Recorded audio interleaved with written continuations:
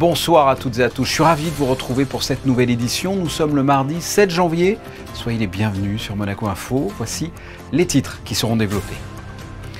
Dans 10 jours à peine, le chapiteau de Fontvieille ouvrira ses portes pour la 47e édition du Festival international du cirque de Monte-Carlo. Et bien tout un monde s'active pour finir le montage de cet événement, c'est ce que vous allez voir dans un reportage. Nous ouvrirons une page de santé avec deux invités. Un médecin généraliste, le docteur Pierre Burgrave, pour nous parler de l'épidémie de grippe qui sévit dans la région PACA. Nous recevrons également Clément Ferry, qui est devenu récemment le nouveau président du Conseil de l'Ordre des pharmaciens. Nous vous avons parlé début décembre d'une classe du lycée Albert Ier qui s'est lancée dans un voyage éducatif au cœur des mers et des océans, le projet Adopt a Float, autrement dit, adopter une balise flottante pour pouvoir recueillir des données environnementales. Aujourd'hui, nous retrouverons ces élèves autour d'un atelier au musée océanographique. On va jouer au jeu de 7 familles en quelque sorte. Après Charles et Arthur Leclerc, nous vous présenterons une autre pépite familiale, le cousin Andrea Mani, un champion de cartes déterminé et prometteur. Son portrait dans ce journal. Et enfin, focus sur WAM, un nouveau fast-food gourmet situé dans la galerie du Parc Palace et qui ouvrira ses portes au public ce mercredi. L'horloge tourne et le célèbre Festival international du cirque de Monte-Carlo arrive à grands pas. Dans quelques jours, le 17 janvier, le coup d'envoi de la 47e édition sera donné sous le chapiteau de Fontvieille. En attendant, les équipes s'affairent pour accueillir dans les meilleures conditions les artistes et leurs animaux. Reportage de Sarah Nkari et Jean-Alexandre Dordet. Le temps n'est pas avec les manutentionnaires aujourd'hui. Mais pas question pour autant de manquer une journée de préparation. Le festival démarre dans 10 jours. Il y a la tente de la girafe, qui est une tente spéciale. Pourquoi l'endroit plus bas, c'est à 4 mètres. Donc c'est le minimum pour cette girafe-là. Après, on est en train de monter les box des chevaux et aussi de tous les petits animaux de l'exotique. Il y a aussi une surprise que je ne voudrais pas le dire. Donc ça, vous allez le découvrir dans le spectacle. C'est-à-dire qu'il y a un animal qu'il n'y avait pas avant? Deux animaux qui n'ont jamais été ici à Monaco et ils seront là. De quoi attiser notre curiosité. Pour recevoir également les zèbres, les autruches et les vaches, plusieurs tentes sont donc installées autour du chapiteau principal dans lequel les 30 techniciens ont eux aussi du pain sur la planche en amont et pendant le festival. Si je dis pas de bêtises, je dois avoir à peu près entre 250 et 300 projecteurs. Donc tout ça qui bouge, qui vit, et en même temps il ne faut pas aveugler les acrobates en fait, pendant les représentations. Il y a énormément de choses en fait, à faire attention à ça. Enfin, il y a les réglages à faire avec la télé pour justement aussi matcher avec la télévision. Enfin, il y a un gros boulot. Sur les 380 artistes venus du monde entier, les premiers arrivent ce mardi et l'organisation du festival leur réserve le meilleur accueil possible. On va aller les chercher aux aéroports. Il y a d'ailleurs un des chauffeurs est déjà parti chercher des gens à l'aéroport. Quand ils arrivent, on va leur expliquer, on va leur dire bienvenue, ils les amènent ici. Parce qu'évidemment, il y en a qui ne sont jamais venus, donc il faut quand même qu'ils sachent comment ça fonctionne. Ils vont chercher leur matériel, qui généralement est arrivé avant par voie ou aérienne ou par camion. Enfin, donc ils veulent voir si tout est arrivé, ce qui est normal. Et on va leur expliquer comment ça fonctionne. Il faut qu'ils viennent ici, on va les amener dans leur hôtel pour qu'ils puissent être bien dans leur peau et qu'ils puissent travailler comme il faut. Des conditions optimales pour tenter de remporter la distinction ultime des arts du cirque, le clown d'or, et en mettre plein la vue aux spectateurs toujours aussi nombreux, 3800 à chaque représentation. Ah, et pour les animaux surprises, petit indice, ils sautent pour se déplacer. Ah, j'ai une petite idée. Vous êtes peut-être enrhumé, vous êtes dans un état grippal ou un de vos proches est malade en ce début janvier. Il faut savoir que nous sommes en pleine épidémie de grippe et particulièrement sur la Côte d'Azur. Les derniers chiffres relatifs de la semaine du 30 décembre au 5 janvier relèvent 35% de tests positifs à la grippe contre 23% au niveau national. La région Provence-Alpes-Côte d'Azur est la plus touchée par cette épidémie après l'Île-de-France. Pour nous faire le point sur la situation, nous sommes avec un médecin généraliste, le docteur Pierre Burgrave. Bonsoir. Bonsoir. Quels sont de façon générale les maux de l'hiver, les maux MAUX? Pour le moment, on a pas mal de grippe quand même et encore quelques Covid. C'est surtout ça principalement. Et des gastro-entérites aussi du coup. Et une question toute naïve, mais pourquoi l'hiver y a-t-il plus de grippe, de rhume, de rhino que l'été? C'est le froid tout simplement ou c'est une idée reçue et je me trompe? Je pense que c'est un peu de tout. C'est le froid et puis les gens sont plus à l'intérieur, donc plus confinés. Donc ils se propagent plus facilement le virus de l'un à l'autre. Et nous sommes dans une région là, particulièrement touchée par la grippe, hein. Il y a un pic épidémiologique. Est-ce que vous me le confirmez, vous le sentez dans votre cabinet? Oui, absolument. Nous, ça fait plusieurs semaines qu'on fait... Enfin, moi, je fais des tests grippe Covid tous les jours. Et tous les jours, j'ai franchement beaucoup de tests qui reviennent positifs. Et comment vous expliquez ça, qu'il y ait ce pic épidémiologique sur la Côte d'Azur, plus que dans le reste de la France? Il y a une raison? Probablement parce que les gens voyagent beaucoup, je pense. Il y a eu pas mal de réunions familiales, les gens voyagent beaucoup. Il y a pas mal de gens qui sont partis skier aussi, donc c'est quand même vraiment des avions, les aéroports, les remontées mécaniques, ce sont quand même des endroits où on peut Et puis les réunions familiales aussi, ce sont tous des moments où on peut quand même facilement se contaminer. C'est vrai qu'on s'est beaucoup retrouvé en famille là, ces derniers jours, avec les réveillons, les fêtes. Le virus de la grippe, est-ce qu'il est particulier cette année? Il est comme les autres années? Je trouve qu'il est un petit peu plus virulent que l'année dernière. Moi, j'ai plus de cas plus embêtants quand même avec la grippe cette année. Chose étonnante, j'ai quand même aussi plus de personnes vaccinées qui ont la grippe, mais vraiment des grippes amoindries, mais enfin qui sont testées positives quand même. D'accord. Et quels sont les conseils justement que vous donnez pour éviter d'attraper cette grippe? Le vaccin malgré tout, même si parfois on l'attrape avec le vaccin quand même? Oui, parce que si on l'attrape avec le vaccin, on attrape vraiment des formes totalement bénignes, donc c'est vraiment pas grave du tout. Mais le vaccin, il est encore le temps de le faire, effectivement, là maintenant. Alors, c'est une bonne question. Même si on est dans le pic épidémiologique, on peut quand même encore faire le vaccin, c'est pas trop tard? Non, c'est pas trop tard, parce que il y a pas mal de gens qui rentrent de vacances là maintenant, qui sont rentrés de vacances il y a quelques jours. Et donc, à mon avis, on aura encore plus de cas de grippe dans les semaines qui vont venir, je pense. Et trop tard, on l'a attrapé, ou on a attrapé un gros rhume. Qu'est-ce qu'il faut faire justement pour éviter d'engorger comme ça les urgences? Moi en tous les cas ici, avec mes associés, on fait pas mal de tests de grippe. Donc quand on a un test de grippe positif chez un patient qui est tant soit peu à risque, il y a un traitement antiviral pour traiter la grippe qui fonctionne quand même relativement bien. On dit souvent mieux vaut prévenir que guérir. Qu'est-ce qu'il faut faire comme ça pour être en bonne santé? Est-ce qu'il y a des produits à prendre, des plantes, des traitements en amont? Oui, quand même, on peut quand même prendre de la vitamine C, même si ça n'a pas vraiment prouvé une utilité bien particulière. Mais le zinc, la vitamine D, ce sont des choses importantes. Manger sainement, manger beaucoup de vitamines, beaucoup de fruits, beaucoup de légumes, être en mouvement, faire beaucoup d'exercices, vivre sainement. Tout ce qu'on avait dit d'ailleurs pour le Covid, hein, ça joue quand même sur le système immunitaire. Donc vitamine C, manger sainement, se faire vacciner. Voilà les conseils que vous pouvez nous donner. Pierre Burgrave, merci d'avoir répondu à mes questions. Avec plaisir. Et pour poursuivre cette page santé, tout de suite, un autre duplex avec un autre invité, le nouveau président du Conseil de l'Ordre des pharmaciens, Clément Ferry, bonsoir. Bonsoir. Avant d'évoquer vos nouvelles fonctions, nous étions à l'instant là avec un médecin généraliste qui nous parlait des épidémies hivernales. En tant que pharmacien, vous le ressentez au niveau de votre clientèle en ce début d'année? Oui, bien sûr. Là, nous faisons face à une belle épidémie de grippe. Depuis la fin, le début d'année, l'activité en pharmacie est assez élevée, oui, effectivement. Comme je l'ai dit, vous êtes le nouveau président de l'Ordre des pharmaciens. Une réaction, qu'est-ce que ça représente pour vous?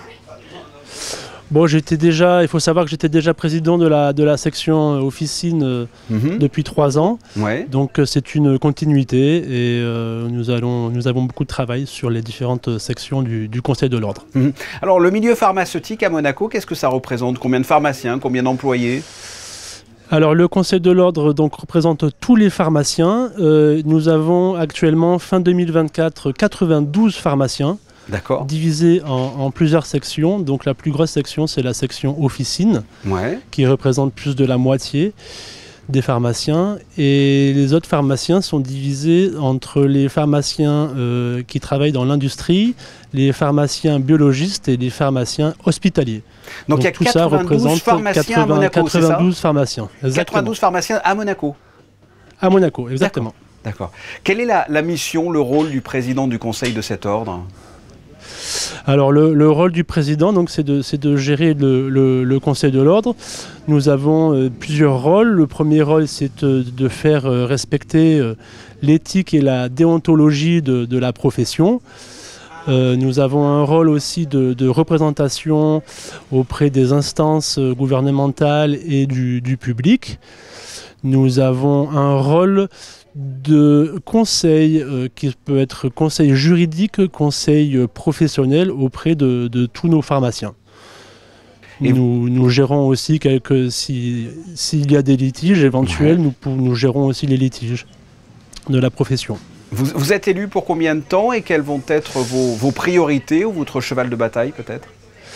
Alors je suis élu pour 3 ans et donc le cheval de bataille c'est déjà de continuer ce que j'ai fait les 3 dernières années et surtout accompagner les pharmaciens dans les nouvelles missions, car vous savez que le métier de pharmacien évolue. Oui. Nous avons des nouvelles missions et donc du coup il va falloir mettre en place ces missions. Quelles sont ces nouvelles missions justement? Ça c'est concernant les pharmaciens d'officine. Et quelles sont ces nouvelles formations justement, ces nouvelles missions? Alors le métier des pharmaciens évolue, donc nous avons récemment fait les tests de grippe, de tests antigéniques Covid.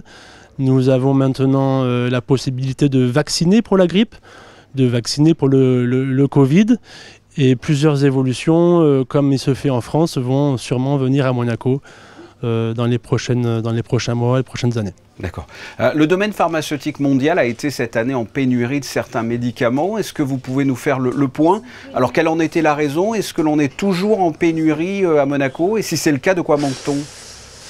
Alors, il y a plusieurs raisons à ces pénuries. Surtout, c'est des pénuries qui sont françaises. Donc, Monaco est touché comme la France. Ça va beaucoup mieux là, depuis cet hiver. Nous manquons moins de médicaments. On en manque toujours, mais ça rentre dans l'ordre.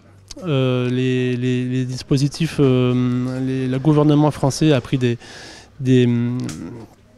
mesures pour éviter toutes ces ruptures. Ouais. Et on voit quand même une amélioration pour cet hiver. D'accord. Et dans un petit pays comme Monaco, comme ça, un peu plus de 2 km², que peuvent faire les pharmaciens monégasques et l'ordre des pharmaciens dans ce cas-là, face à une pénurie en Europe ou une pénurie mondiale?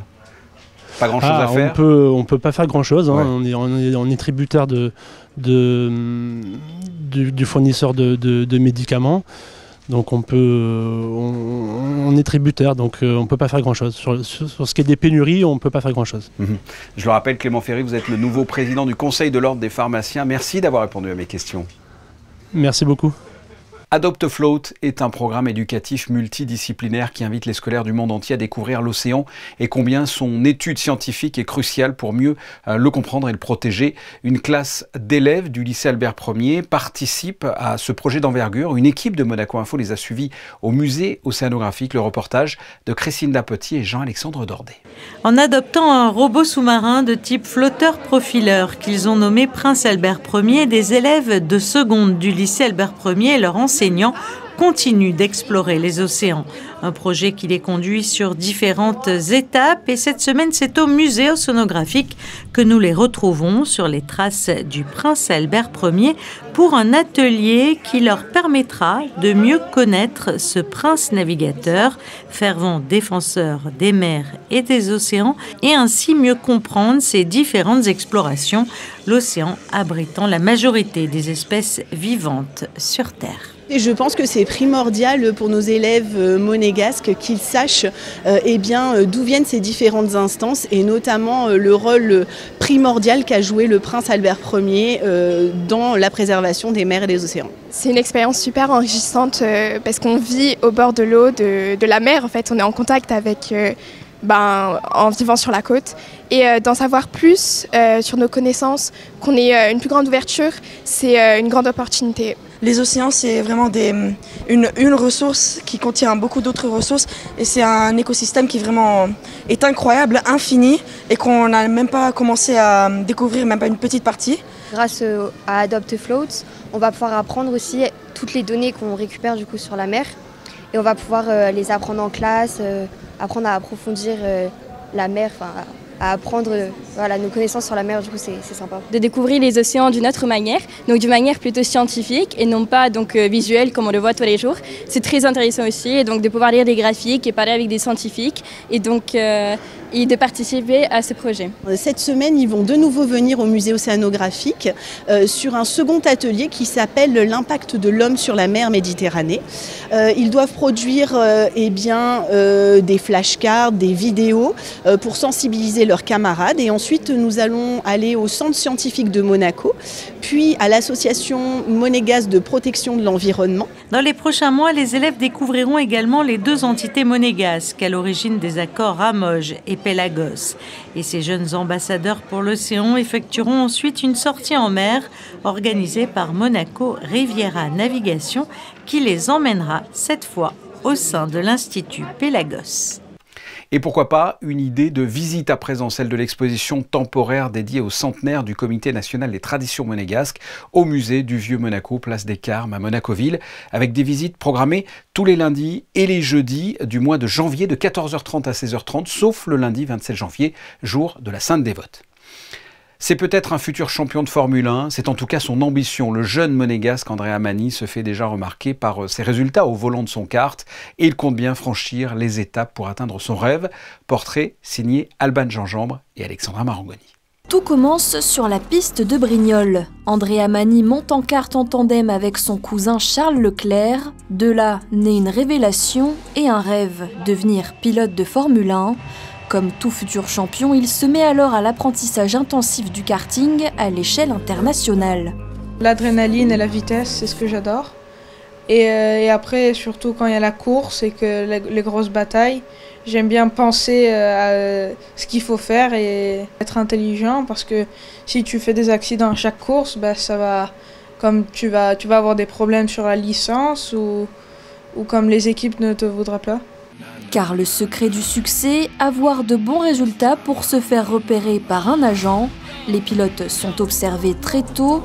Andrea obtient son premier podium à 11 ans. Si tu es toujours dans le top 10 et consistant, ça peut montrer que tu es bon. La dernière course, j'ai fini 3e.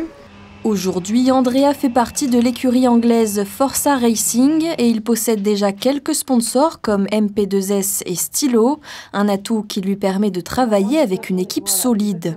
On fait beaucoup de data et après j'ai un coach, Felice Etienne.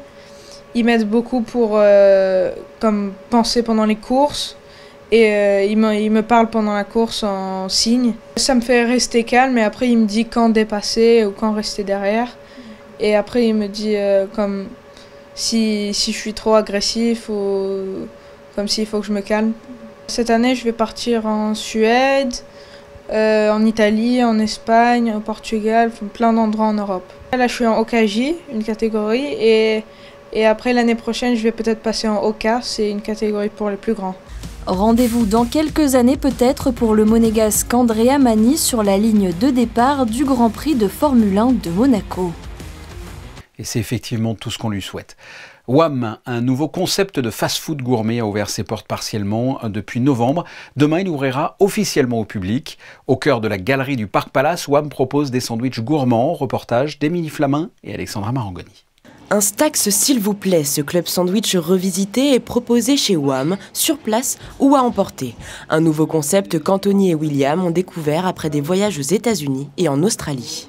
On voulait proposer quelque chose encore une fois d'unique. On a dû travailler sur un branding assez fort pour pouvoir quand même être reconnaissable pour ramener un maximum de personnes ici. Donc voilà, on a fait ce genre de sandwich qu'on appelle des stacks, qu'on empile, donc ça veut dire empiler, on les empile dans l'assiette avec des ingrédients de qualité. On a voulu aller un petit peu plus loin dans le gadget, on va dire, avec le sandwich. Donc on a nos petits sprays, soit l'huile de truffe, l'huile d'agrumes ou herbe de Provence. C'était pour aller plus loin dans l'expérience du sandwich, dans l'expérience gustative. Donc on peut faire un coup de spray sur son sandwich, sur son stack, prendre une bouchée, respray le stack. Voilà, c'était vraiment pour aller au bout de l'expérience WAM. Un sandwich qui plaît d'autant plus dans une ère où le bien manger est omniprésent, même pour la pause de midi. Nos ingrédients sont vraiment soigneusement choisis, le pain est fait pour nous, enfin on fait notre propre pain. Les gens font de plus en plus attention à ce qu'ils mangent, à ce qu'ils boivent. C'est vrai que c'est important, les produits industriels, on fait de plus en plus attention, le côté bio qui ressort énormément. Je pense que c'est important, je pense que c'est une trend. Aujourd'hui, il y a plein de bons restaurants à Monaco. Nous, ce qu'on voulait surtout, ce qui était important, c'est de ne pas faire un énième restaurant méditerranéen ou un énième restaurant italien.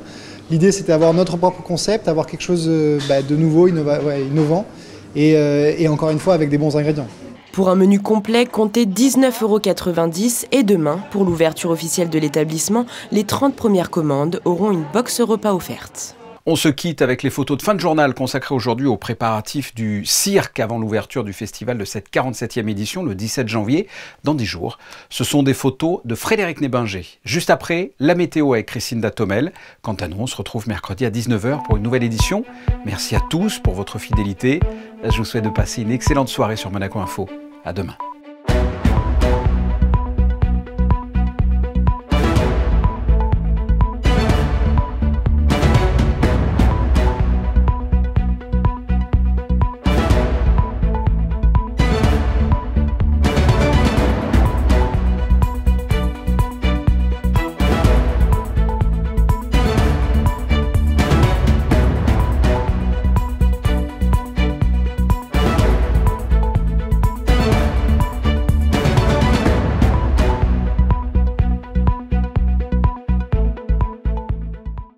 Retrouvez la météo avec Suisse Courtage, le spécialiste de l'assurance à Monaco depuis plus de 35 ans. Notre expertise à votre service.